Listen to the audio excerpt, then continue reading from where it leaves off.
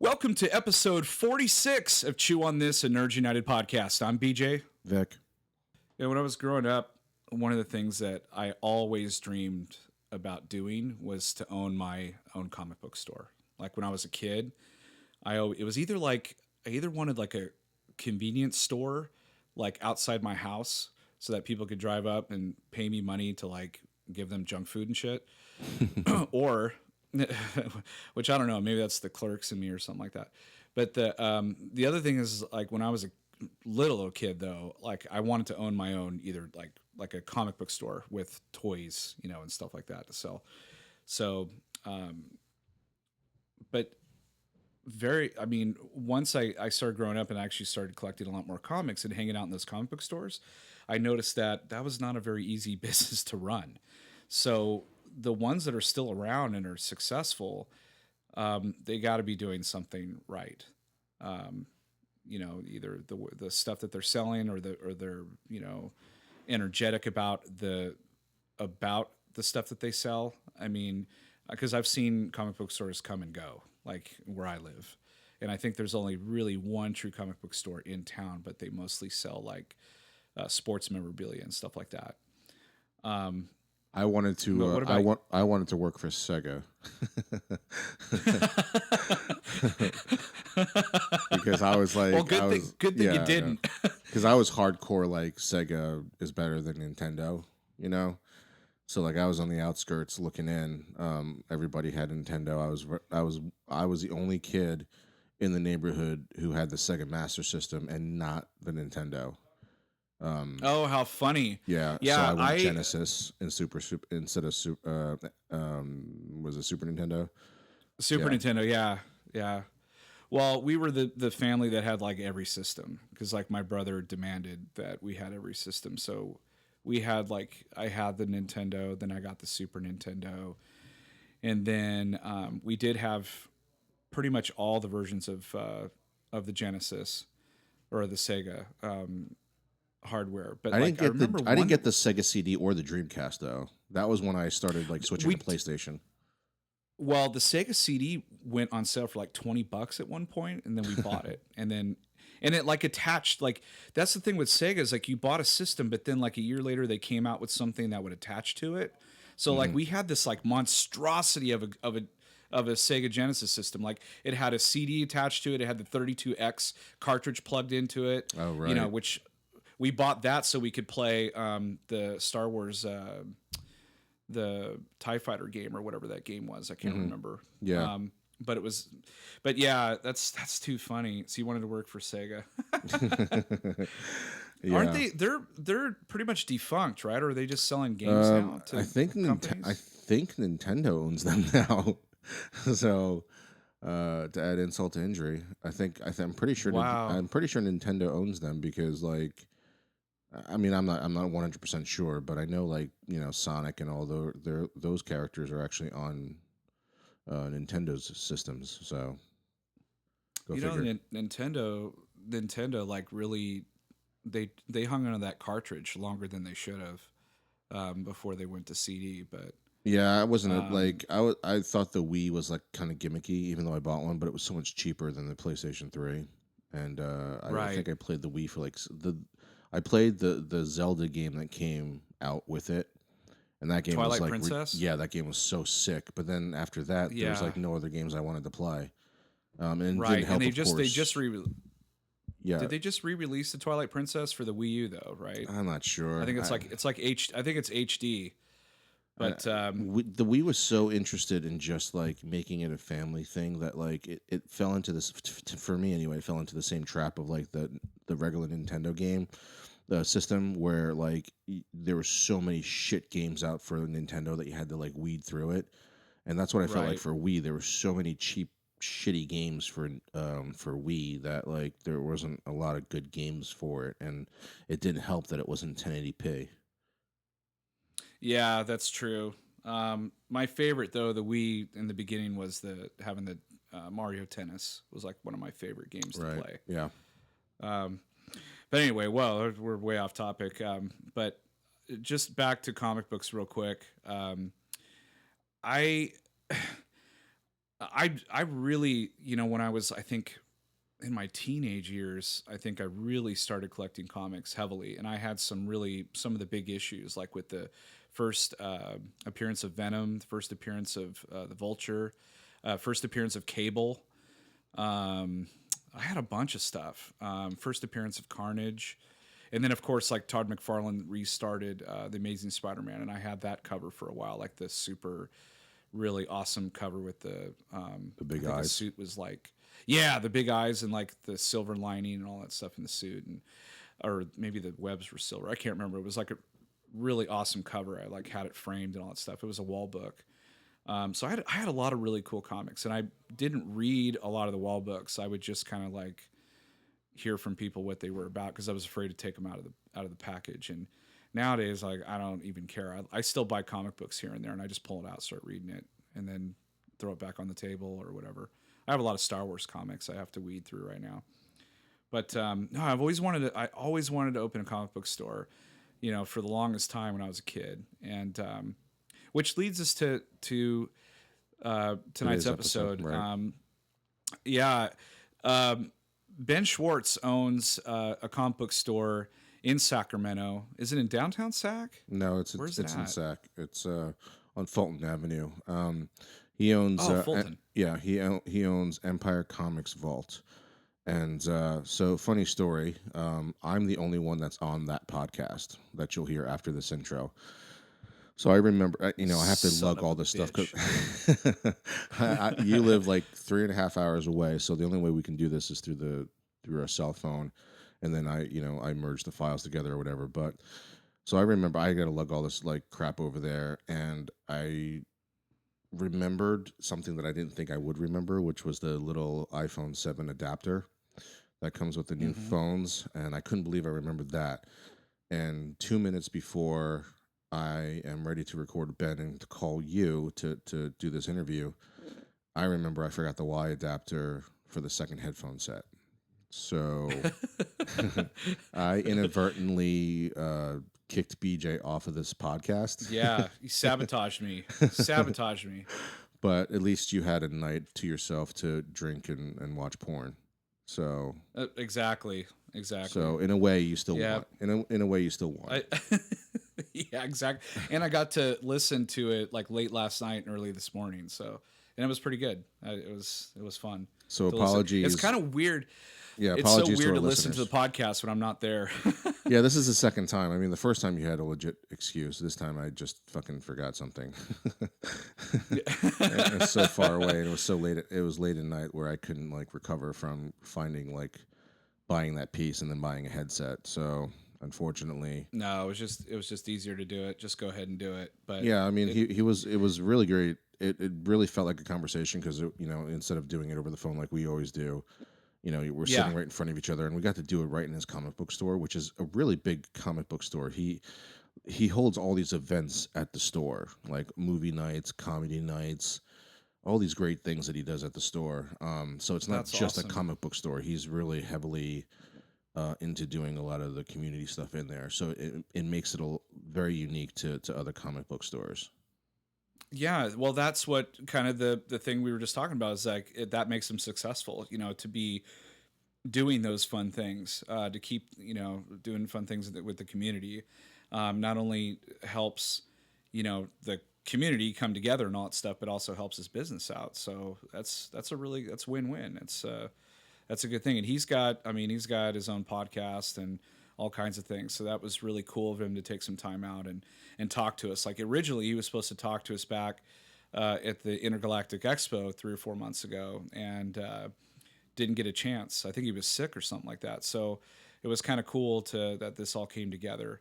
Yeah, we Minus got me, but at least it yeah came we got together. we ended up getting a little bit more of his time. I think if we had him in the expo, we would probably only got like 20-30 minutes tops. In this sense, I think the podcast runs a little bit over an hour. That's Talking to him. awesome. So Yeah. he's just like us. We could probably just sit down and talk comic books, movies, anything, TV shows. I think before I even pulled out any of the equipment to set up, we were already talking about like Joss Whedon because he had a show on Yeah, Oh, what's the name right of that show on. with Eliza Dushku was in it, and it was like only 2 seasons. Dollhouse. Yeah, that's right. Yeah, that was playing on because he has a big screen TV and a couch area that you can Oh, sit that's down and so watch cool. stuff.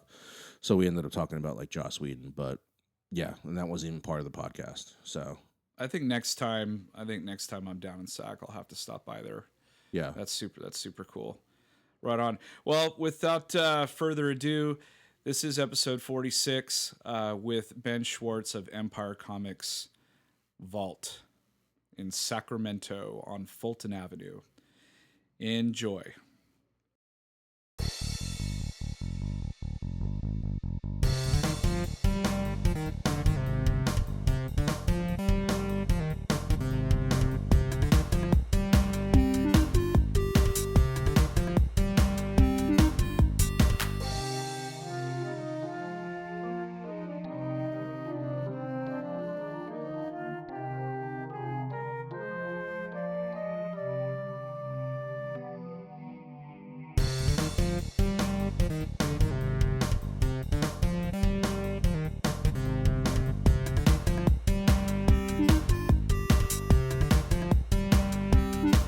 all right, so we're at episode 46 of Chew on This and Nerds United podcast. And this is Vic. BJ has the night off, and we'll let you know why that is, or you already heard why that is.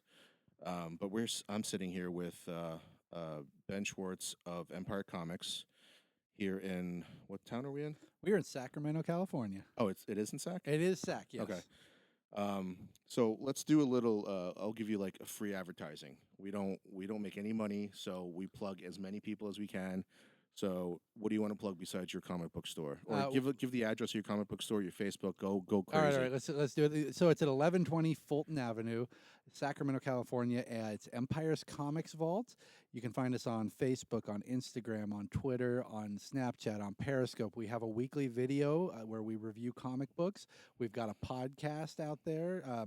Just a little bit of everything. So yeah, just look up Empire's Comics. I think that podcast is called Cracking the Vault too. It is, yes, very good. Well, I saw some of some of the people there when we were actually supposed to interview you at the SAC Expo, the Intergalactic Expo. You got sick that day, and your podcasting friends were there. Yes. We interviewed Cody there, and he let us know that you were not feeling well. So Cody's a lot of fun. yeah, that was it was fun. I felt like we could have talked to him for like hours that day, because he's into the same stuff. Like it was like just a rant about things, everything. And he is genuinely into it too. You always see the personalities on TV and you wonder. Yeah. But yeah, he loves his Star Trek, his Star Wars. I mean, just comic books, everything. Are you on his show on Good Day? You do movie reviews, I think. We do anytime there's something geek related. I go down there. So like the Star Trek movie, any of the comic book movies, television shows. I go down and we talk for 5-10 minutes and review things. And then whenever we have big events, Good Day's really good to us. They are always not only down here for the event, but we go down to the studio and we're able to showcase it that morning too. Cool. How do we get on that? just keep sending Twitter messages to Cody. Just keep Twitter. Yeah, just Twitter keep stalk him. sending them. Make them obscene, get noticed. Yeah, we're trying to do something for Rogue One. I'm not sure exactly what we're doing yet, but we're trying to do something for Rogue One. We gave away tickets for an IMAX showing for Ghostbusters when we did the review with John, and so we're thinking about doing something for Rogue One. We don't know, but our first episode was The Force Awakens, so we figured kind of like a 1-year anniversary. We'll try to do something for Rogue One. Yeah, and I'm actually more excited about Rogue One than I am about Episode 8. Oh, really? Yeah, I loved Episode 7. It was a lot of fun. Yeah. Back to what it should be, but Rogue One is giving us a glimpse into the universe that we have not gotten to see outside of the comics and the books, because it's finally a story not based around Jedi. It's just people doing their part in the rebellion. I think that's great. Right. Me and BJ were actually at Celebration 7, and they had a panel for Rogue One, and it got us so psyched. I got goosebumps. I kind of still get goosebumps sometimes thinking about it, because they had described what they were going for. Like they were actually going to bring the war into Star Wars, because you technically never really saw it. You saw a little bit of it in like Revenge of the Sith, but it really wasn't a full blown war. You had to watch the cartoons, the Clone Wars, to see the To see devastation of the the war. impact that this is Right. And having. and so when they were describing it to us, they were talking, I can't remember the exact names or the exact movies, but on the realm of the tone that they were going for, they said they got either like the director of photography or somebody from the movies like Saving Private Ryan or Black Hawk Down, like those war movies. And I probably name dropped the wrong movies, but I remember them being big, dark, like gritty, real life war movies. And those were the people that they got to bring on to Rogue One. And I was like, oh my God, this is like, it's not going to be rated R because it's Disney, but I was like, this, it's got to be PG-13. You would think so, but then you remember when they showed the first trailer? They went back afterwards, Yeah, and there were kind of rewrites. Yeah, there's And apparently something. There's a whole bunch of stuff going on the internet, which I don't know what is true, but they said that Gareth Edwards was filming stuff before the script was even done. mhm. So in that sense, it's not really Gareth Edwards' fault, but you Okay, know, I'm hoping. I just have I'm hopefully optimistic, but given that they make so much money off of Star Wars, I'm afraid that they're going to make it much more kid friendly than you just described. yeah, because that's what we got, and Mhm. then all of a sudden the rumors coming out that you're talking about the rewrites that they said Gareth Edwards went too dark, and I was like, but you can't sell a war movie and tell me it's too dark. Not only that, but Empire was extremely dark, and I was what? I was like 8 when I saw it. Uh-huh. And, I don't know. I think there's a happy medium that they could have met, and I'm really hoping Yeah. that they did meet it because, like I said, I'm super excited about Rogue One. I just think like if you're gonna go leave the PG-13 stuff to the Skywalker story, like the Yeah. numerical versions of it. But if you're gonna go out into a realm where it doesn't have to do with the Skywalkers, and yes, we know Darth Vader's in it, do something different. Like Yeah. set it differently. I mean, it's already called a Star Wars story, which I still like Star Wars anthology better, but it's called a Star Wars story. It's different.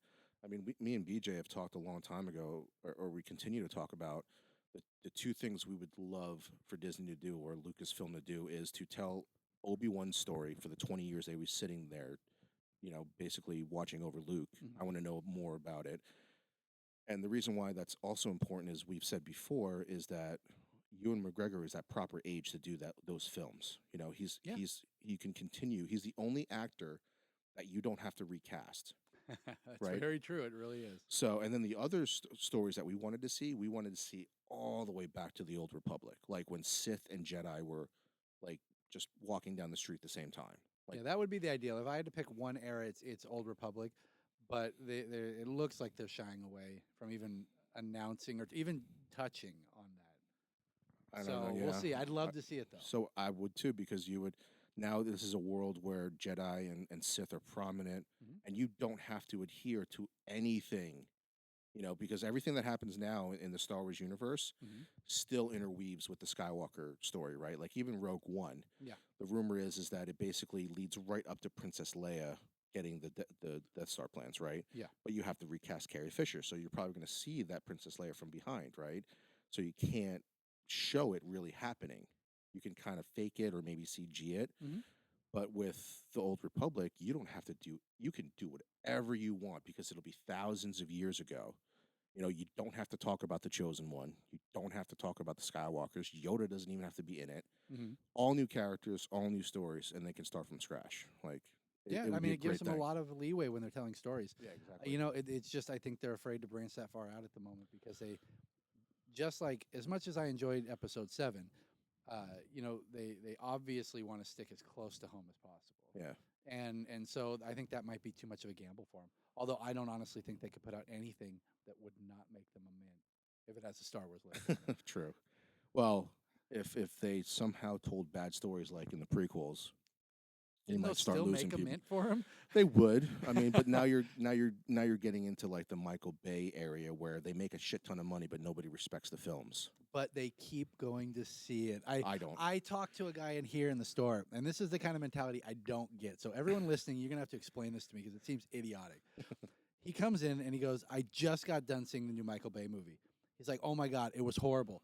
Why do they keep giving him movies? Because you just went to see the movie." Was that 13 hours? I don't know what it was. I'm not sure, but I just it Please, people, stop giving Michael. I know that's the thing I don't understand is like I complain about the stuff, right? I Mhm. complain, but I won't pay money to go see it.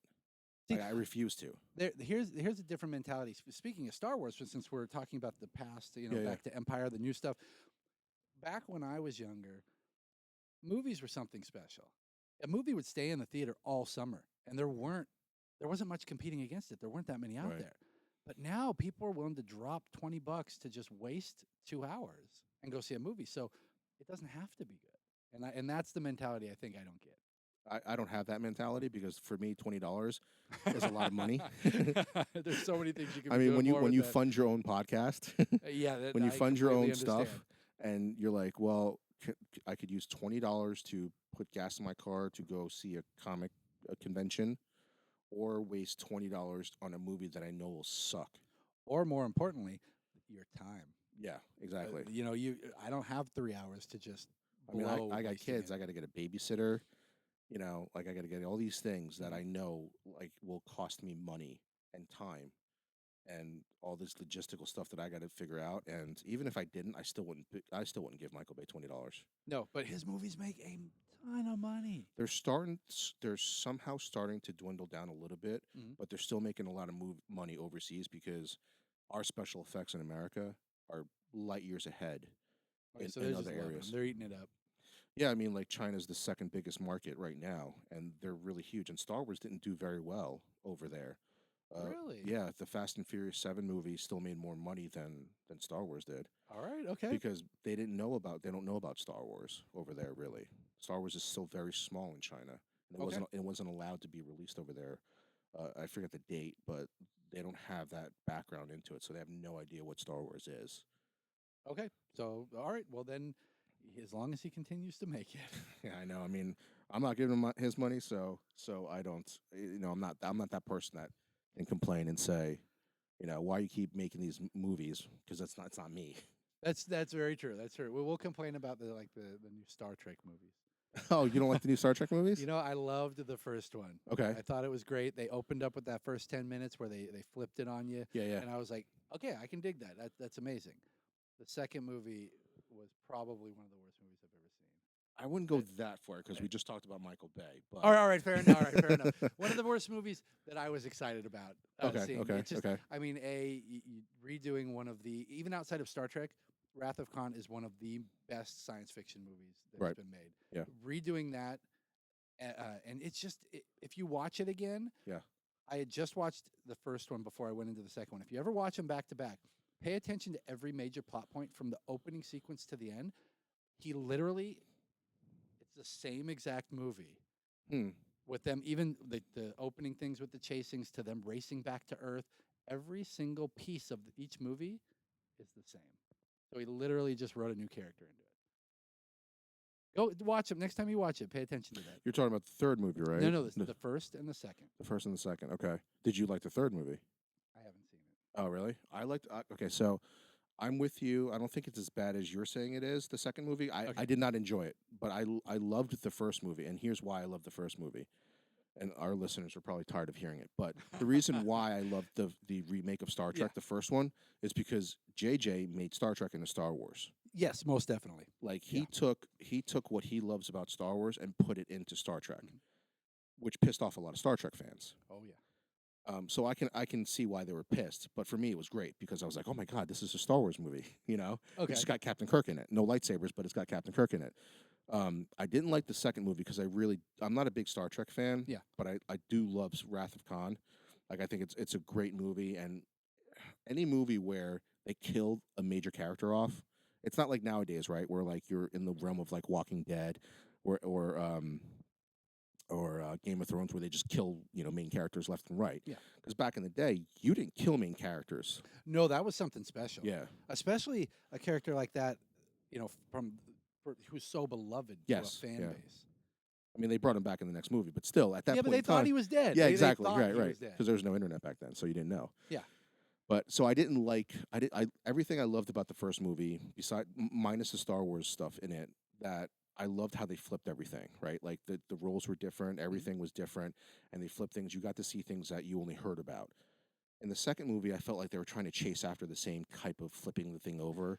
A Like little you could kind of too foresee. on the nose Yeah, with exactly. When everything. they flipped the whole thing over with it was Spock that didn't die, it was Kirk that was going to die, and they got even like the Furbles in there somehow. Is it the Furbles or The triples. Tribbles? Right. Yep. They put those in there. I was like, all right, this is like too much. Like this is one giant Easter egg movie. Yes, very much so. So I didn't like it, but I really did like this third one. See, and I hear even from Star Trek fans, I hear that the third one is worth watching. Yeah. Which blows my mind because of the director and the previews. I Yes, saw. exactly. Because I was nervous about that third movie. I was really nervous. I was like, Justin Lin, the guy from Fast and Furious. I was like, oh man, this is crap. And then they released the trailer, and I was like, oh my god, this looks like a Fast and Furious movie, just with Star Trek people in it. Yeah. But then what you kind of knew, but you didn't give enough credit to, like what I did, Mhm. was that it was Simon Pegg who was co-writing this movie, and he's a huge, huge Star Trek person. He's huge Star Wars. He's just one of us. I may have to give it a shot. I may. It's worth it. All right. It's all worth right. it because what I loved about Star Trek was they still had the Star Wars essence of the first Star Trek movie, like Mhm. the action and the comedy and all that stuff. Yeah. But they put science back into it. Okay. Which is what was kind of lacking in the first two movies. There wasn't really that science fiction part of it. Like that was always the distinguishable difference between Star Wars and Star Trek, right? Like Star Wars is a fantasy, Star Trek was more science fiction Yeah. And without the action. yeah, it didn't. It was more about the ideas Yes. behind it. Right. And it's I do like that idea. Star Trek the third one beyond gets that part of it. So Okay. if you get it, it's a good blend of the action with the comedy with the science. So definitely give it a shot. And I do understand that because I'm a big Star Trek fan. I do understand that there was no way what I want was gonna fly in a movie. Like now today's audience was not gonna do that. No. So I appreciate that they captured a new audience, people who probably had never even seen Right. the old shows. I just don't have to like it. Well, what was mind-boggling to me was like how much money like a movie like Suicide Squad is making, and Star Trek Beyond was such a far superior film. And Did it not make as much as Suicide? no, not even close. Okay. And it was disappointing because I think it was the second movie that kind of ruined it for Star Trek. So I'm hoping that like the Blu-ray release of that movie and people will watch the movie like yourself, will watch it when it comes out. Mhm. That will be like, all right, this is a good Star Trek movie, and we'll go to the theater and get these continuously made. Because it for me it was the first Star Trek. Then this movie is really good. And yeah, the cast seems to really love doing them. Yeah. So I don't think they're going anywhere. What's great about the third movie also is that everybody gets a good role, Mhm. plays their part in the movie. Nobody is like really forgotten about in the movie. In the second movie, it was basically just Kirk and Spock the whole time. Yes, very much so. The first one, kind of, but like there was other characters like There was Chekhov nice didn't really get a lot to introductions do. the whole thing. The Bones, the guy who plays Bones, is Oh, spot on, Keith fantastic. Urban. Yeah, yeah, He's spot one of on. those guys who no matter what I see him in, he like morphs into the Yeah. role because I don't always recognize him. Did you see Dread? Yes, yeah. Oh, he was amazing. In Yeah, Dredd. good one. He was absolutely fantastic. That to me reminded me of that Asian film. Yeah, the tower, or whatever it Yeah, is, something was- something like that. Yeah, Yeah, no, it literally was a Dread version, yeah, but he was so good yeah. He was in that role. really I mean, good in it. he's even gone on record saying, "Hey, let's do a Netflix show." He's like, I know I'm a movie actor." He's Yeah. like, "But I'll do it if you guys can make this happen." Yeah, it feels like if nobody will do it and you put it on Netflix, it instantly becomes awesome. Yeah, Netflix is God. I love them so much better than like cable. Yeah, Like, everything they put on not everything, but there's so much that Yeah. they put on that I just love. And more importantly, I don't like waiting a week for everything anymore. I like to binge. And so Yeah. when it comes like Luke Cage comes on next Friday, Yep. I'm gonna sit there and watch all night long. Well, there's like this like double-edged sword, right, with Netflix, because like I watched Daredevil and Jessica Jones in a weekend, right? But now I You're gotta wait done. like another year. Yeah. I gotta wait another 51 weeks. The wonderful thing about Netflix is though, there's still plenty of stuff to watch. Yeah, but I don't get like. So I was thinking like they should they should stagger the stuff, right? Because they got 4 characters now, right? Yeah. They should do Daredevil like in a 3-month increment. Then they should do like Jessica Jones, then Luke Cage, then Iron Fist, and then the beginning of the year you get like the Defenders. Yeah. That would be But that's great. not how they're doing it. It's like almost every year we have to wait for it, which kind of blows. Yeah, I was hoping they would do something like that too, Yeah. just so that I mean, every quarter is great. I don't have to wait that long at all. Exactly. I'd be perfectly fine with Yeah, that. especially in the summertime when there's really not too much to watch. So speaking of like the comic book stuff, how was your what was your take on the well, let's go to Netflix. Did you like both seasons of Daredevil and Jessica Jones? I did. I think both seasons of Daredevil were solid. The first one I liked more than the second one, aside from Punisher. Punisher for me stole the Yes. second season. Yeah. He was great. I wasn't a huge fan of what they did with Elektra, No. but it is. I'm more than open to seeing it as a new, world. Anytime you move from one medium to another, I'm open to change. Yeah. Just to accommodate whatever they need. So I love the fact that this Netflix version is the dark and gritty, and then we get the fun for the whole family on the big screen. Right. So yeah, I loved Daredevil. I liked them both. I'm looking forward to what they do next.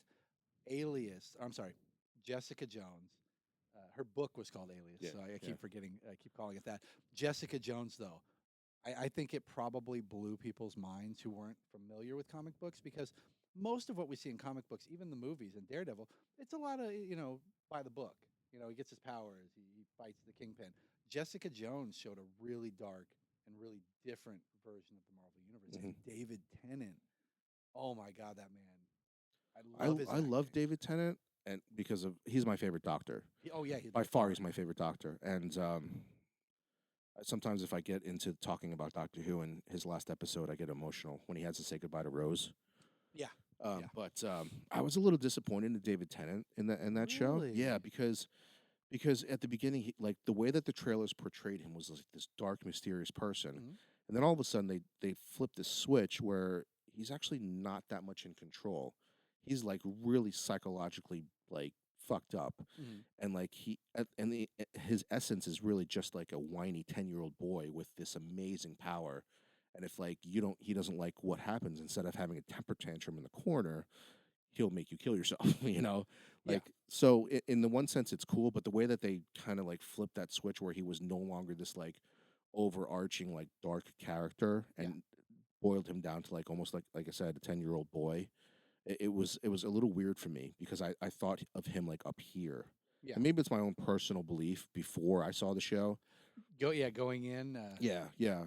See, I enjoyed that side of it just because the, I don't know that they were trying to make him sympathetic because even when I got to see him as a kid, I still knew what he grew up to be, Right. and so there was really no sympathy there. But given there was a line he has in there when he's yelling at her about, "Do you even know how hard this is? Anything I say can be taken out of context, something Right. to that effect." Right. So as a kid who's going into the world and having that kind of power, I don't know what I would be like either. I Right. mean, if I want something, I just take it. Right. Right. So I don't know that he ever had to necessarily grow up. Right, exactly, because you don't know when you, as a kid, you're like, I mean, I say shit all the time, Mhm. like even as an adult, and if I spurt something out like, "Oh, you piece of shit who cut me off in the left lane, go Yeah. fuck yourself," and then all of a sudden that person actually goes and fucks himself, Yes, yeah, exactly. you See, know, you don't even think about it. yeah, And growing up and never having to worry about anything. yeah. I mean, my God, I would like to think that I would be a better person than him, but I don't. it would I be would rough, like to think. man. Yeah, I would like to think so too. But sometimes standing in the express lane and somebody has like 12 items and you're in the 10-item checkout, I don't know if I would be that good of a person. Very true. Now, so I did like him. I Yeah. did really like him in that, but I am also extremely biased towards David Tennant. Yeah, yeah, There's that man just like you mentioned Doctor Who. He'll on a dime. He'll flip from comedy to drama. He'll make you want to you want to cry the next moment. Oh, He did is you so good. did you watch Broadchurch? I did. That show is really depressing. It's It's so good super though. depressing. So good. It's great. It's good, but my God, it just the things that happen to that small town, and you get to they take so much time letting you get to know the residents and the people who are affected Yeah. that God, you really got to be in the right spot to watch some of When those you episodes. but when you find out what actually happened, Yeah, holy we won't ruin it crap. for you guys because you Yeah, need to watch it. yeah, it's so good. He's amazing in that show too. Is there a third season? Not that I know of. Okay. I know it's not on Netflix. I know that. Okay. But whenever it does come out, if it does come out, I'd watch it. He's actually doing it. He does an American version of it. I forget what it's called though. It's actually Tennant. It's David Tennant So playing he the does the American same. and the British. Yeah, he does the same character. It's a different woman. And does he have an American accent? You know what? I've never watched it because I already Because watched you the already watched original. Broadchurch. Yeah, So why? Yeah. but apparently it's different. The twist is different Okay. than how they had to have it. I Different. don't know if I want to go through that again.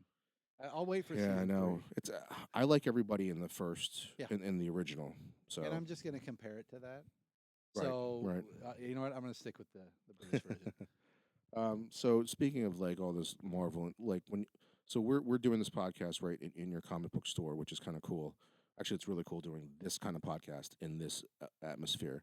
What I noticed when I first walked in was that you have a lot of DC stuff like right front and center, and your Marvel stuff is kind of hidden in the corner over here.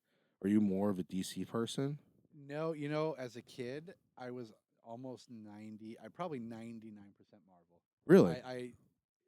It was, yeah, I would gravitate towards anything with the Marvel logo. You would on it. not know that walking into the store. The only reason the DC stuff is so prominent is that DC allows me the opportunity to order the quantity I want. Ah, Marvel forces me to buy large boxes where they stuff it with 12 figures I don't want and only one of the regular.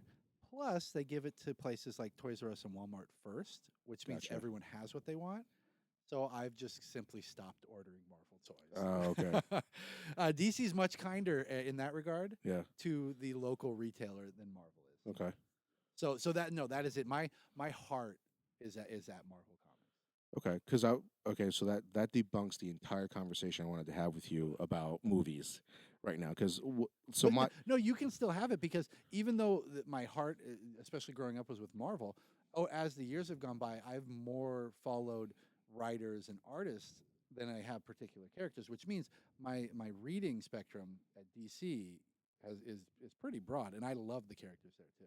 because for me growing up, I didn't grow up reading the comic books first. Mhm. I grew up watching like um what is that Justice League one?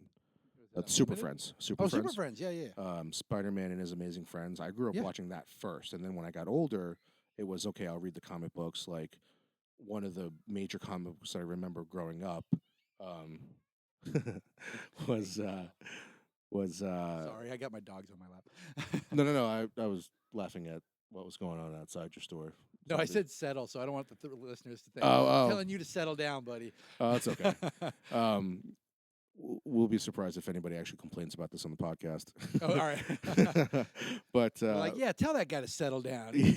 Stop what he's doing. So I grew up like that. I grew up watching cartoons, and then I got into reading comic books. But one of the comic books that I remember reading growing up that was really messed me up was because I couldn't believe I was watching this, reading this in a panel or a comic book, was when Magneto took the adamantium out of Wolverine's body. Yeah. And like as he was doing it, or right before the panel happens, and Professor X is like, because he's reading Magneto's mind. You probably remember this more than I do, but I remember vividly reading the panel where Professor X says, "No, Magneto," or "No, Eric, don't do it." And I was like, "What the hell are you talking about?" And he started doing it. I was like, "Oh my god!" It never occurred to me that he could have done this whole time. Mm-hmm. The whole time he could have done this, and he just picks now to do it.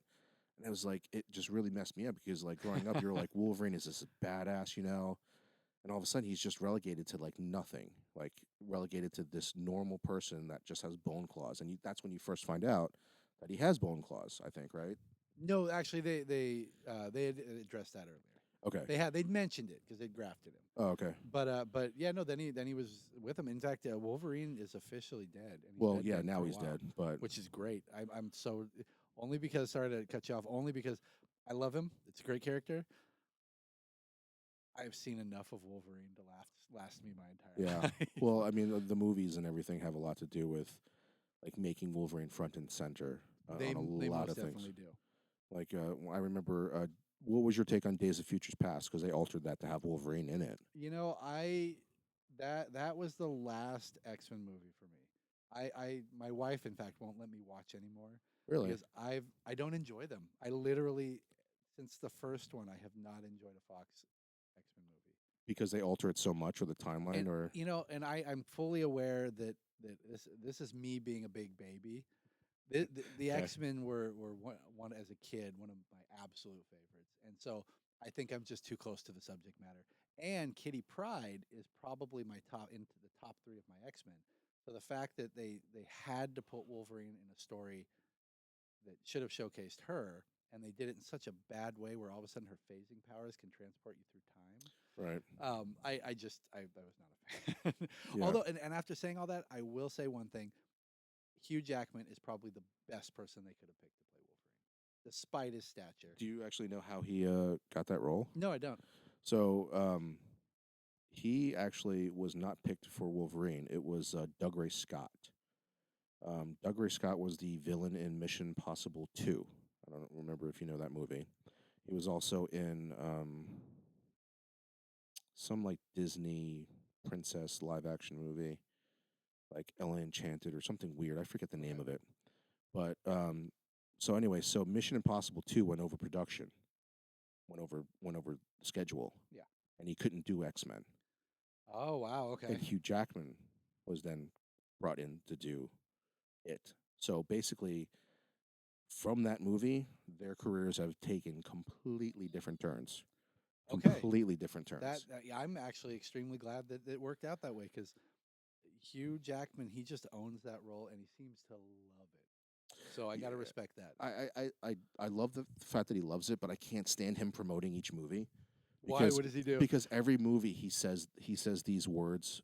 I'm paraphrasing, but around the same words as "This is the Wolverine movie that fans have been waiting for," and he Okay, said that every so time. many times. He said Every that. time. Yeah, he said that so many times, and I don't know if you saw what was that? The X-Men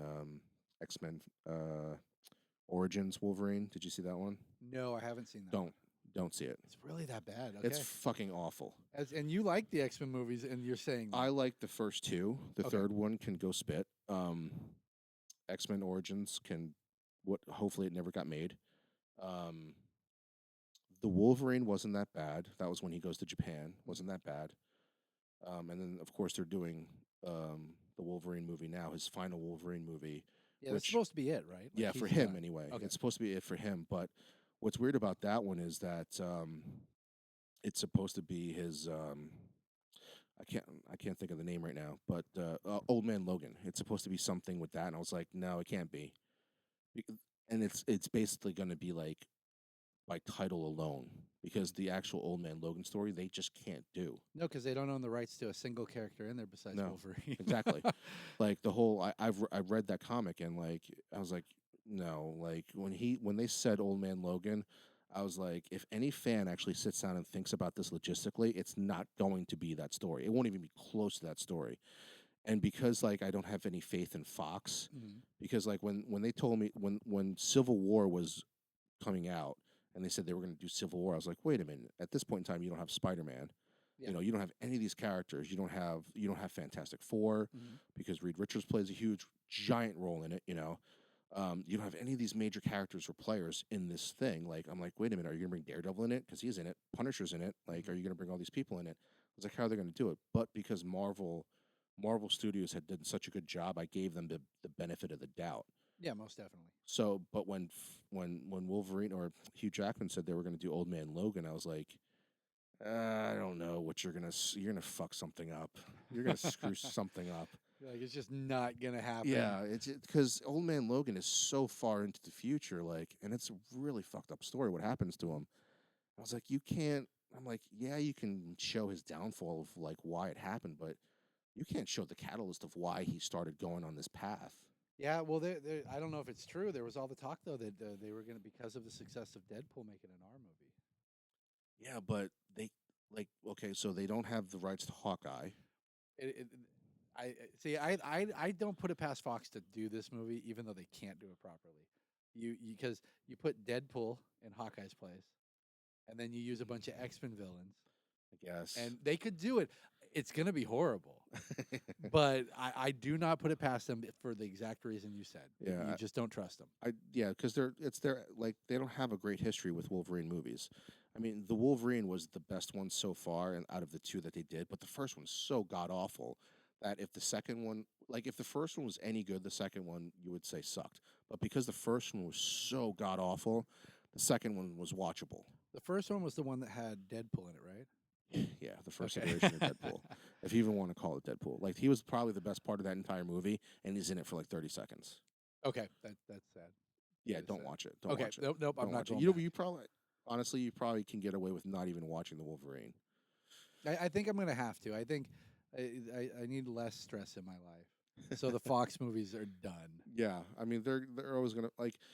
I liked Days of Futures Past. I didn't like the fact that they brought Wolverine in again, but I like that young cast. Like I love, the new guy that they got playing Magneto. Mhm. I like the kid the guy that they got playing James McAvoy for Professor X. Like those are Yes. good quality actors, so they do really well. X-Men First Class was pretty good, mainly because of the cast and the directing. And Days of Futures Past was pretty good too. I know you said you didn't like that, right? Yeah. But I told you to. I'm extremely biased. No, I can understand that. There's people like who read the Harry Potter books who can't stand some of the movies, and I'm like, wait a minute. If you ever want to know how to adapt a novel to a movie, these 8 movies are exactly how you do it. You trim the fat. You have to. Yeah. I mean, you absolutely have to. There's a lot of Harry Potter fans who don't like it, huh?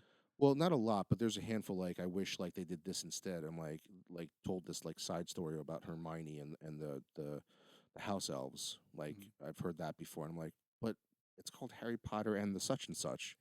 Like it doesn't really bring anything to the story. Yes, as a fan, I would love to see, all these things, but it doesn't make a great story. Yeah, It yeah. makes a good book, but not a great story. No, they've got or 2 hour, movie. 2.5 hours. They need Right, to get to tops. it, tell it, get out. I'm surprised they actually told so much in the last Harry Potter movie that they actually split it into two because in the book I was like, wait, they're going to cut it into 2 parts, so I'm actually going to see them sitting in the tent for like months on end. Because I was like, why would they film that? I mean, but they somehow made it work. Okay, all right. Did you not finish them or? No, I watched them. I Oh. watched them. I just never read the books. Oh, I read So- the books. Books are great. Mm. If you ever get a chance, they don't read like children's books. No, that's what I've heard. Yeah, it's the most surprising part about it is that they don't read like children's books. Yeah, the fan base is, I mean, it's pretty wide. Yeah. It's got everything from kids to adults, so it's got to be something there. So did you like Civil War? Yeah, I enjoyed it. I had a lot of fun with it. What was your take on them changing it, altering with what they had? Like I mentioned earlier, I don't really have a problem with them changing stories or characters just because it's a completely different medium. I think even though I had fun with this movie, it was the basis for the Civil War was pretty thin, in my opinion, and I think that the villain and his plot were really weak because the entire thing was based on a bunch of coincidences, and if things didn't happen, like the end result of Iron Man being in the place with them, he didn't orchestrate that. He went and talked to Falcon. If Iron Man hadn't gone to the prison and talked to Falcon, the whole plan would have fallen apart. Actually, he did set it up, and here's how. Okay, go for That it. part. Okay, go for Because I just watched it recently on the 3D Blu-ray. He sets it up by purposely calling for breakfast in the morning and leaving the dead psychiatrist Mhm. in the bathtub, purposely letting it be found Okay. that he knew Tony Stark would find it. Okay, but how does that connect to Falcon? Oh, when he went to go talk to Yeah. him, because at this point in time, I guess he was, and I'm doing exactly how, I think I'm doing exactly how people defend Batman v Superman. But You're okay, like, so "It's there." based on the movie, because I couldn't understand why the fuck he would order breakfast. Yeah. I was like, why would you order breakfast if you know you're not going to be there and you know you're going to get caught? Yeah. Right. And I was like, oh, it must be because he thinks that Tony Stark will find out and try to track him down, and that's where he would go. And again, this is Okay. based on the All movie, right, all right. based on what I saw in the movie. Why he goes to talk to Falcon is probably because he wants to track down that guy, and he knows Captain America is going after him. I'll pay attention to that one the next time I put it on. Well, yeah, I mean that was the one thing. Like I was watching when I watched it in the theater, I was like, wait, why again? Why would you order breakfast? Yeah. You've done this huge, intricate like plot, right? And all of a sudden, you're just going to get snagged by ordering breakfast. Like it didn't make sense to me. And then that, to me, that answered your question of like, well, how did he know Tony would show up too? Yes, it's still a coincidence. I will give you that it's a complete coincidence that they show up at the same time. Because what if Captain America shows up like 4 hours ahead of time? Like, what is he doing? Yeah, Hey, he's wait, gone. we got to wait for Tony. We can't. I can't tell you what's going on until we wait for Tony. But I still enjoyed it. I Yeah. did think it was fun. It had that Marvel flair to it, and the best part about it is that it has the best on screen. God, it doesn't matter whether it's cartoon, live action, the best Peter Parker that I've Really, ever already, seen. just based on Based that on one. that, it is exactly what I would envision. Peter Parker is my favorite superhero of all time. Spider-Man, in my opinion, is the most relatable Yep. character ever. Who doesn't just want to, live a normal life, try and, back in his old days, get the girl, find the job, and then have all these things that are interrupting him. And that kid just nailed it for me. He's British. Did you know that? Yeah, and he's not even a kid. How old is he? Or is he? Yeah, he's 19. See there, yeah, he is a kid. They purposely went Uh, out to get somebody who looked like he was actually would have been in high school. He was perfect. Yeah. Everything from the quips, the way he delivered the lines. I loved him. Leave it to a British guy to get the Brooklyn accent, To get or the Bra- or to the, get or it the down. Queen's accent correct. You know. Yeah. Um, So what are your top three Marvel movies? ooh, usually I'm the one who asks the questions. Nice bringing it on me. Wow. I would probably say right now, in no particular order of the top three, it would have to be the last two Captain America movies and the first Avengers movie. Okay. All right. Well, we have two in the same. My number three would definitely be Avengers, just because it was that moment where everything culminated. And it was all Joss this time. Whedon. It was Joss. It was great. It was Yeah. fun. It was, it was just a really good movie. When they announced Joss Whedon for that, I think like all the underground nerds was like, "Fuck yeah, one of us gets to do this." That man can do no wrong. Yeah. He really Especially can. if he doesn't get messed with like in the second movie.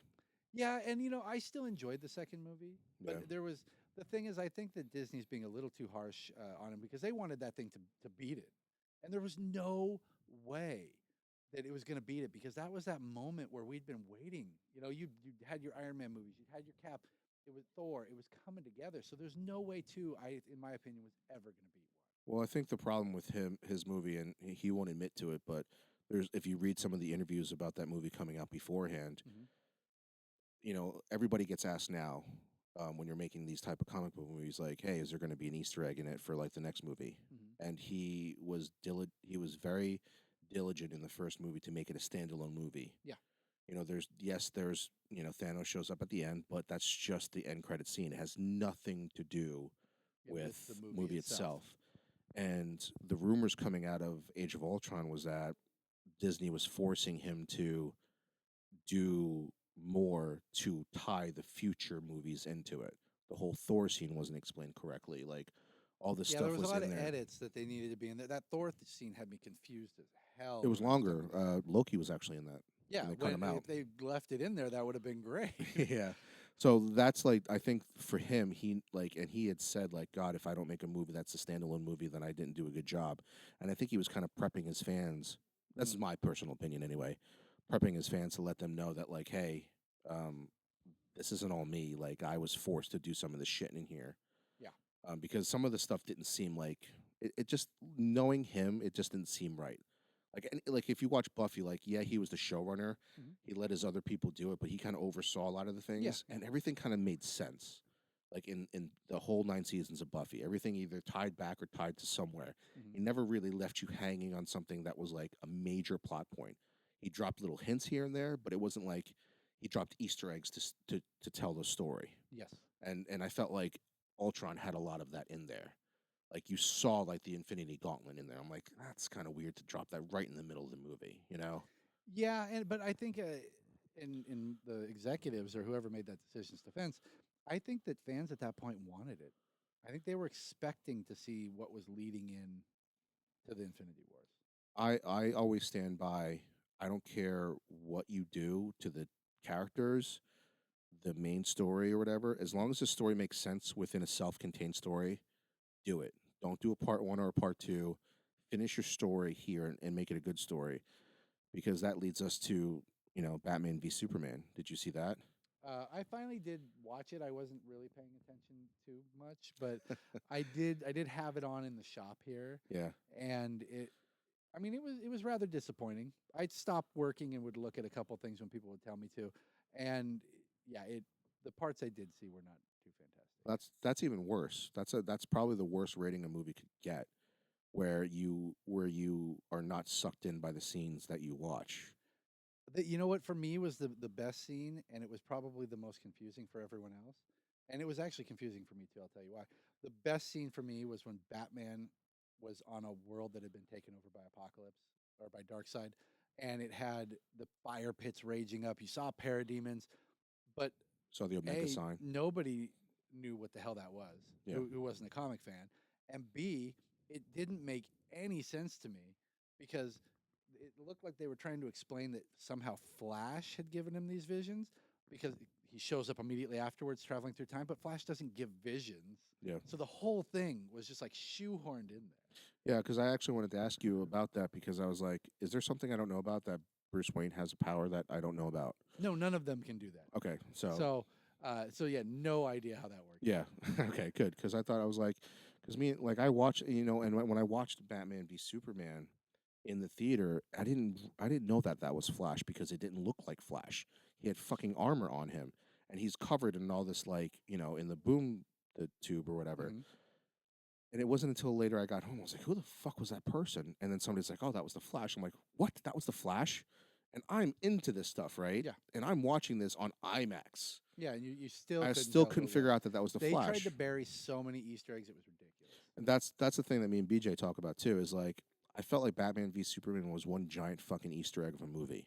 Yeah, well, they, I feel that they tried. That movie was literally their way of trying to catch up with a decade of Marvel. Yeah. And be like, here's everything that Marvel's done over the last decade, all in one movie. Now we're doing Justice League. Yeah. Which is the stupidest way. Did you see the trailer for Justice League? I did. It looks like a Marvel movie. I hate it. And people like a lot of DC fanboys who defend the DC movies to like no end. And I'm talking DC movies now. Yeah. I'm not talking like, Christopher Reeve DC. I'm talking like from Man of Steel on, which is only 2 movies now. Yeah.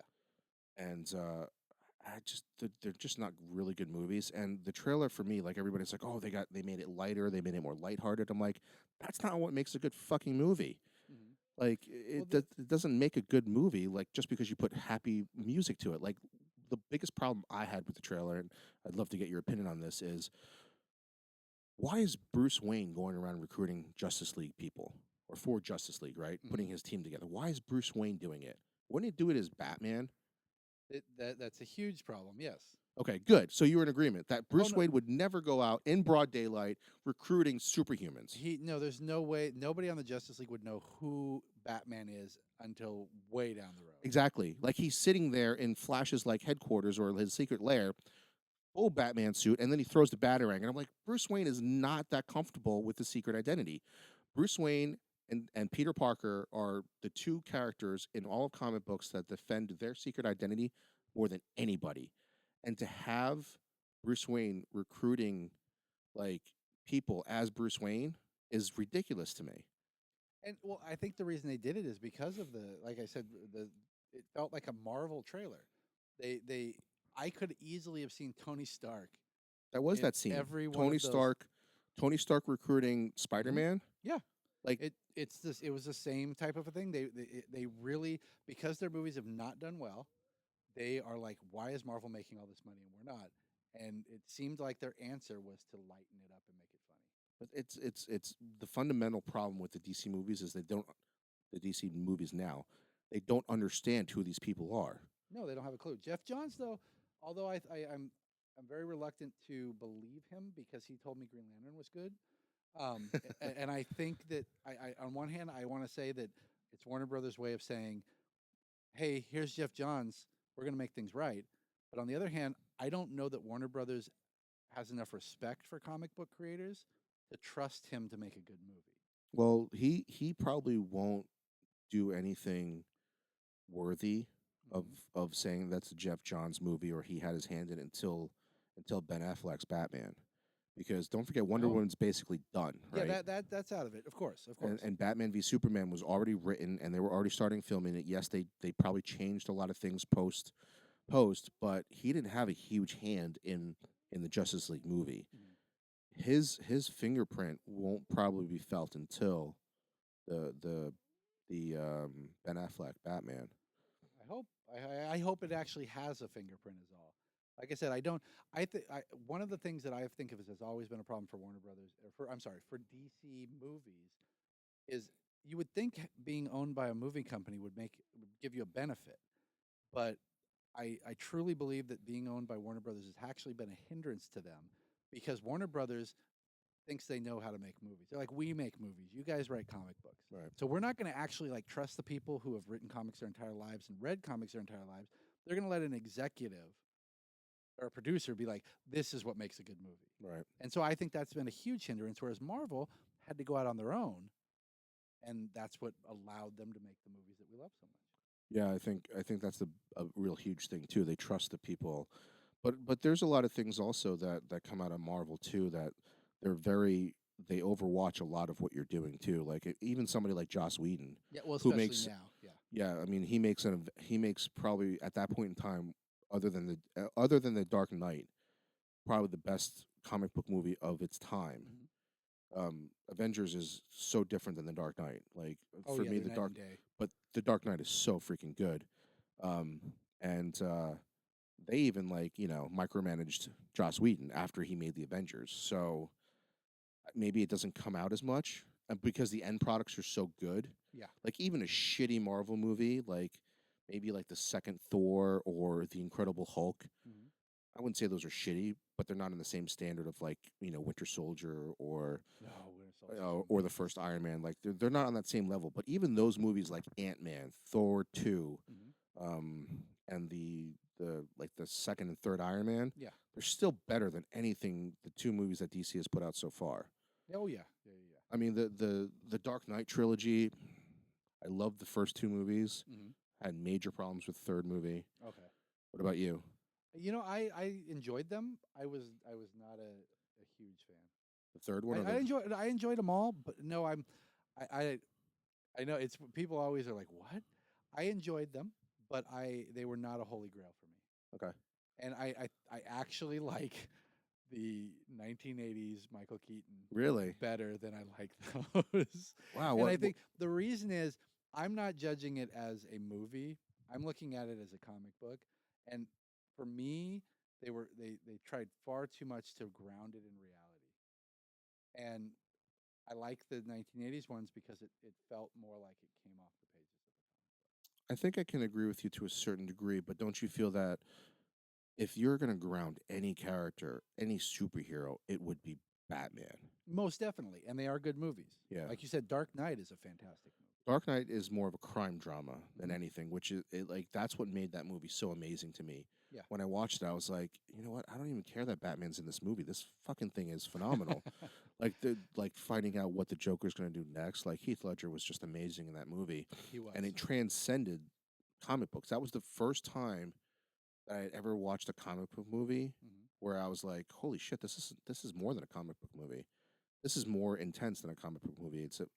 And that's the same thing I got with when I watched The Winter I Soldier. was about to bring that up actually. Like that You was take like Cap out of that thing, and it is still a fantastic exactly. movie. It's as much as like The Dark Knight was a crime drama, The Winter Soldier was a spy thriller, and so like I remember leaving that movie. I was like, you know what? I forgot he had superpowers because it comes to the big fight at the end of the movie, and but leading up to the whole thing, it's just about like a who done it, like who framed who, Mhm. what's going on here, and that was just that was amazing to me. The Russo brothers, I can't wait to see their Infinity War movie. Although it's split into two parts, you said you wanted a self-contained movie earlier. They did they stopped that actually. Oh, they did. Yeah, Okay. so the first one that they're part two is becoming something different. They haven't told us what that's going to be yet, but when they released the new like logo for Infinity War, it no longer says part one and part two. It just says Avengers Infinity War. All right, that'll be interesting. Because when they actually sat down and started writing the story for it, Mhm. They said there's no reason to split the two movies. Like, there's no Okay. reason to have two parts. This one will be a Interesting. self-contained one, and yes, the next one will tie into it somehow, but it won't be a part one and part two. Because I fucking Okay. hate those. Like, the Matrix Reloaded and Revolutions, where Yeah. like, I'll never forget how pissed off I was in the theater when I was like watching Neo. Like, I was like, there's only 30 seconds left in this. There's like, Yeah, you're like there's like it's got to be done. like there's only 10 minutes left, and that's all that's all like special effects credits. I was like, how are they going to end this movie? And the movie ends. I'm like, oh, this is bullshit. Yeah, you got to wait. They're like, Yeah. another year. And you It was got like your movie. 6 months, I think. 'Cause Oh, they didn't put them too far apart. but still, it still sucked. Yeah. Let's see what else. What else are you watching right now? Are you watching anything? Or actually, you know what? What's your favorite movie so far this year? The only movie I've seen this year is Civil War. Oh, really? I don't see many movies. Oh, no. I seriously don't know. I'll watch a few things on Netflix, but I think the only movie I've gone to the theater to see is Civil War. We go on the big ones for the podcast, so it's a way to get out. So far, I don't want to spoil our end of the year episode, which we'll do, but so far I think I'm tied between two movies for like the best movie I've seen so far. Civil War is one of them, and the other movie is a cartoon, is Zootopia. Oh, okay, cool. Probably the best two movies I've seen so far in the theater this year. Nice. Okay. Zootopia was a huge surprise for me. Oh, was it? Do you not like the animated movies? No, it was just that it was a Disney cartoon, Mhm. and it was actually a lot deeper than I thought it would be. Yeah. It was crazy. Not to spoil it too much for you, but it's more than a cartoon. It has so many social issues going on in that movie that are happening now, Sweet. Okay. and I took my daughter to go see it, and she, even at the age of 4, she got the message, like that you can be anything that you want. Okay. Nice. And she says that, like she actually repeats it from the movie, and she understands what that is. Mm-hmm. And when a movie can transcend and make an adult like think like what's going on in society right now, Yeah. and then your 4-year-old also gets it too, it's a pretty good movie. I think it's actually on Nice. Netflix though. Okay. Cool. It just So came out on it's up Netflix. there. Yeah, it might be a little weird for your comic book customers coming in and seeing Zootopia, but if they've actually seen the movie, they won't make fun of it. Nice. Nice. So definitely recommend it if you get a chance to watch that movie. Okay. Sweet. No, it's on the list. It most definitely is on the list. So what are you binge watching right now? What are we watching? You know, we just we've watched a little bit of the Supergirl. I started Mad Men, I and haven't that's got about back all to- I'm watching. Haven't got back into that yet. What's that? Well, I always like watching shows that end, so I can binge watch it. Like I did the same thing to Breaking Bad. Yeah. Like I binge watched the entire season, the whole series leading up to the series finale. I knew Mad Men was one that I wanted to go back to because I heard good things about it. Yeah. I still haven't gone back to it. I started watching a lot of cartoons, Okay. like Nice. Futurama. I went back and watched all the seasons of Futurama. I watched all the Justice League ones. Justice League, and did you watch those cartoons? Oh yeah, back in the day, those were a lot of fun. Oh, I Those are love those. amazing. I wish Batman animated series was on. Young Justice, I rewatched again. Mhm. I'm hoping that comes back because they left it on a cliffhanger. Yeah. Let's see. I'm watching the Batman right now. I don't know if you've seen that one I yet. have not seen that one. It takes a little bit to get used to. The first season I had a hard time getting through because I was so used to Kevin Conroy and Mark Hamill being the Joker and Batman. Did you watch The Killing Joke? No, I haven't. Seen No. It's weird. I don't want to it. spoil it No, for you. I've heard all about it. I have no intention of watching it. Oh, okay. Because of the comic book? I just don't know that it needed to be adapted, and so I just wasn't going to go see it to begin with. Okay. So How did you get into comics? I've been reading comics ever since I was a little kid. So it's just been part of my life, whether I would find them at 7-Eleven or Safeway, and What piqued your interest? Just the cover? it was when I first grabbed it, it was obviously the cover will attract you, but just the mixture of the art and the storytelling. And Do you remember your and- first comic book? no, I don't remember my very first comic book because I've had them since they were like really little. It was one of those things where my parents would, as we were going through Safeway or whatever, just pop one in my hand.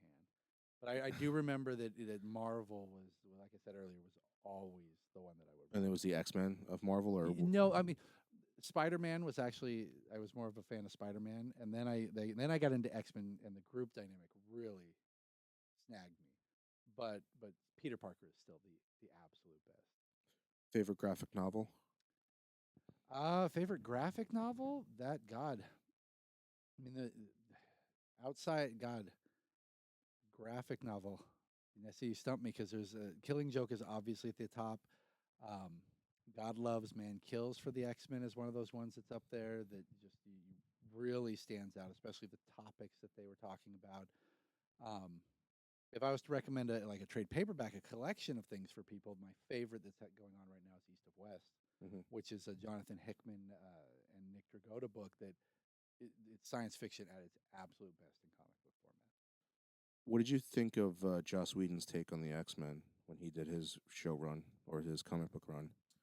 I thought it was a lot of fun because he at that time it was the first time that we were going back to a classic X-Men feel. Like he brought back the people you love, the Colossus, the Kitty Pryde, rekindled that relationship, and it really felt for the first time in about 15, 20 years like a good old classic Chris Claremont story. Mm-hmm. So, I mean, the X-Men obviously in between those times they'd gone on so many ridiculous adventures, and they'd peaked far beyond anything that Chris could have ever done. Um, uh, but it felt like it was home again. Did you like the Deadpool movie? I loved it, and I'm not even that big of a Deadpool fan. Yeah. I love him in small doses, in comic book format. But Ryan Reynolds was born to play that role. Yeah. God, It- just It's like I didn't get tired of him throughout the Yeah. whole thing. it's like Robert Downey Jr. was born to play Tony Stark. Yes, It's yeah. like he was just made to play Deadpool. And it was great though too because the Deadpool movie it needed to take the decade that it did for him to get that role. Yeah. Because if we'd gotten it earlier, it would have sucked. Yeah. And it took all that time and all that persistence on his part. But when he finally got it, it was the right time, right place. Yeah. And I mean, I was laughing my ass off through Yeah, the me entire too. thing. Did you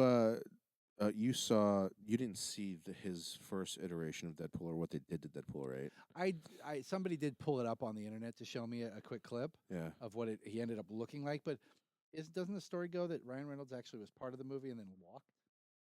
And That it I wasn't didn't even hear. him at the end. That I didn't hear. I could be wrong because he was in the movie. Yeah, right? he was. So the way I gathered it, and I'll have to look it up. So will all you. He was part of the movie, and he was in the movie. And then when they turned him into Deadpool, when he found out what they were doing, he actually walked, and that's why somebody else played Deadpool at the end. Huh. It didn't matter. It was so bad. Yeah, like, but how great is it that he actually was like to a major movie studio? if that's I'm true, done. yeah. I mean, if it's true, I want to look it up. I'll have to go look it up. But that's the story I've heard.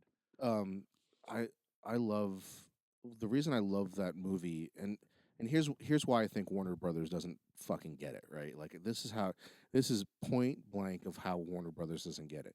Deadpool comes out, and all of a sudden, Batman v Superman, it was supposed to be rated R. Yeah, And I was like, that's you a think bandwagon right there. you think Deadpool was good because it was rated R? You idiots. It was because they stayed true to the character. Yeah. Like there was no way you could make a PG-13 Deadpool. No, not and do it like that. No, not No. to do it right.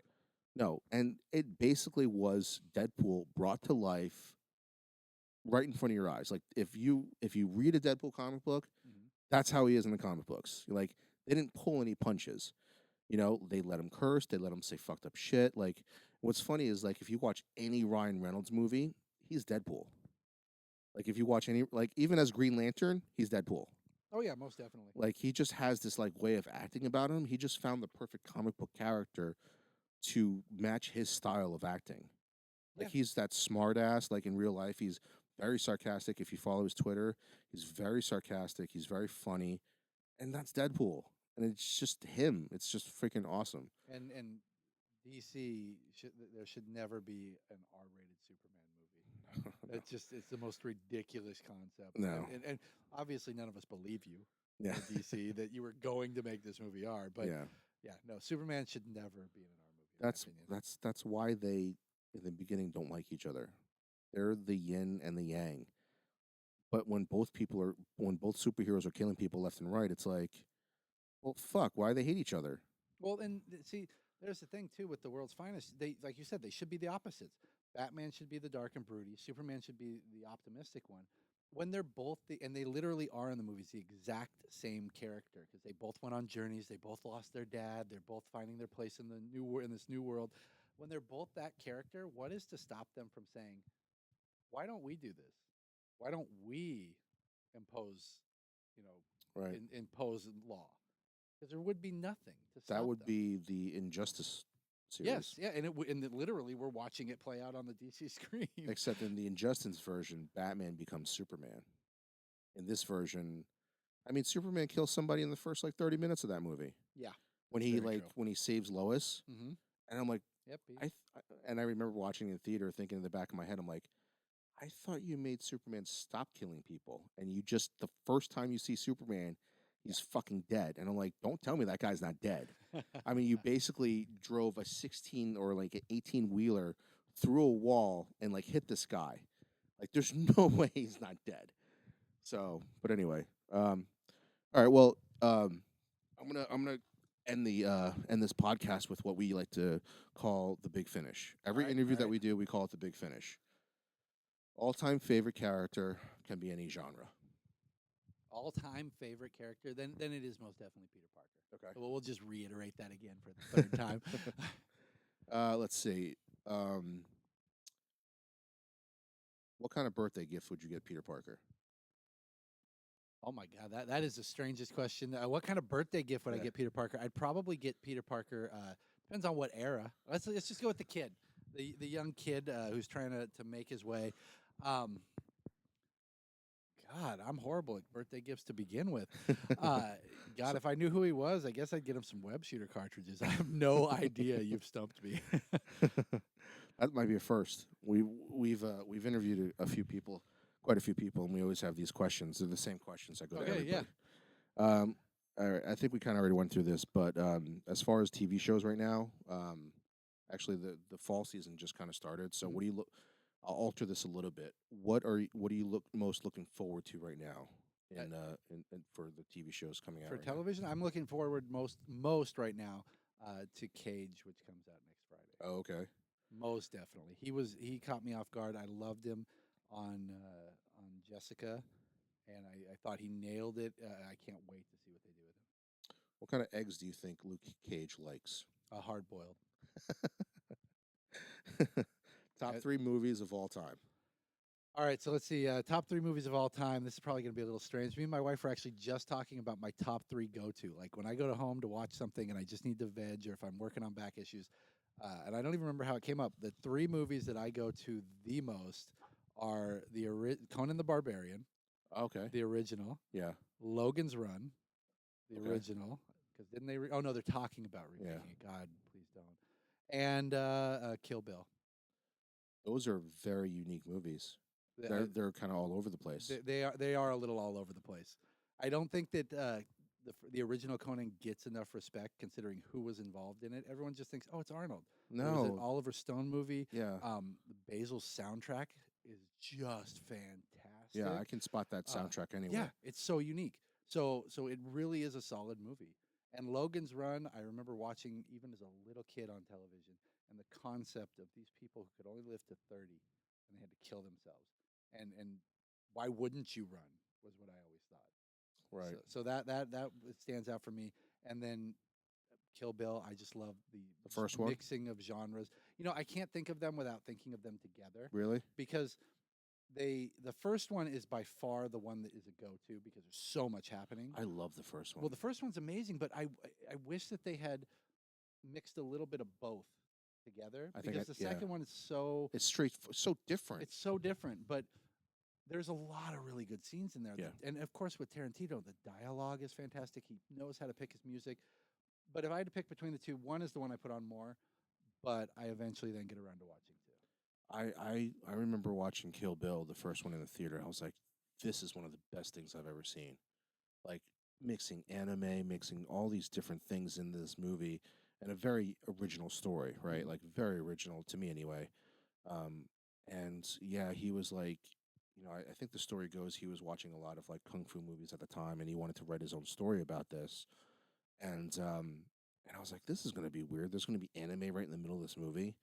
works and so I'm well. watching it and I'm like, oh my god, this is gorgeous. Yeah, you don't lose it. You don't lose the flow, and the fact that he was able to combine such different genres, you know, because you got a samurai flick mixed with a cowboy flick, an anime, a kung fu movie, and none of it felt out of place. No, it just blended so well. And I think that's why I was so disappointed in part two or volume 2 Mhm. was that the first Kill Bill was so there's nothing like it. Even now, there's nothing like it. Yeah. It's so unique. I don't even know what you would call that movie. Like maybe action, maybe drama, Yeah, thriller, there's so something. much going on. But the second movie is just straight. It's just a straight like when you watch a Tarantino movie, you know you're gonna get things out of place. Timelines are gonna be shifted. And Kill Bill, he just took that like to me that's still his for me anyway is still his best movie for me. Mhm. And it was like his Mona Lisa to me. Yeah. And then I was like, oh man, I can't wait to see what they do in volume 2, right? And then when it turned out to be just a straight movie with no anime, none of these like cut scenes, I was like, oh man. I mean, it's still good, but the Yes. first movie set it so high, it was so different. Like maybe that's what he was trying to get at, that he wanted to create this realm and then like go straight then edge tell and the finish story. this right. Yeah, because you're right. Because that first one's very much all over the place. It's telling the history. It's da da da da, just all over. And then the second one is just the story of her getting to Bill. Right. You know, and but I mean, that song and that scene where she's digging herself out of the graveyard. you know, Yes. that song is so intense, and Yeah. I love it. I love the scene with because I mean Uma Thurman sells that scene too, like Yeah. hardcore. Like you think she's actually gonna die. Like she the way that she acted in that scene, like it's amazing. Like that scene where it's Mhm. like almost to me that scene is like the opening sequence of Jaws when that girl is screaming her fucking Yeah. ass off. Yeah. You believe she's getting killed by a shark. Like you just think that, and when she's buried in that coffin, you think Uma Thurman's gonna die. Like Yeah, and and of course his filming is just second to none. I mean, Right. just you can feel when you're watching that the echo of her voice, the light bouncing off the walls. You feel enclosed. Yeah, you it was feel such- like it was so you're great. like this just sucks. yeah. So another thing we like to do, Yeah. besides the big finish in an interview, is like we like to come up with gifts. Okay. We like to give all of our the people that we interview gifts, and you're unique in the sense of the same thing with Steve Sansweet, where you were not easy to fucking find something for. and Not and like easy. Peter Parker, evidently. You were not like Steve Sansweet, the #1 Star Wars collector in the world. Oh yeah, what do you get the guy who has absolutely everything? Right, My right. God. So he was difficult to find. We ended up making our own action figure, and we made it That's awesome. not of him. We didn't make it of him. We made it of his assistant, Okay. and it ended up being the first ever made. Like everybody makes a Steve Sansweet. Yeah. Nobody ever made her. Sweet. So like we were proud to be like the first one to do that. For you, being in a comic book store, it's like, well, what the hell could we get him that he probably doesn't already have or didn't already sell? Yeah. So for us, we came up with a limited edition. If I can get it out of here. Is it one of one? It is one of Is it one. one of one? Okay. It's one of one. It is a. I gotta put the microphone down. All right, he's digging in his bag. We're waiting to see what this is. One of one, limited edition.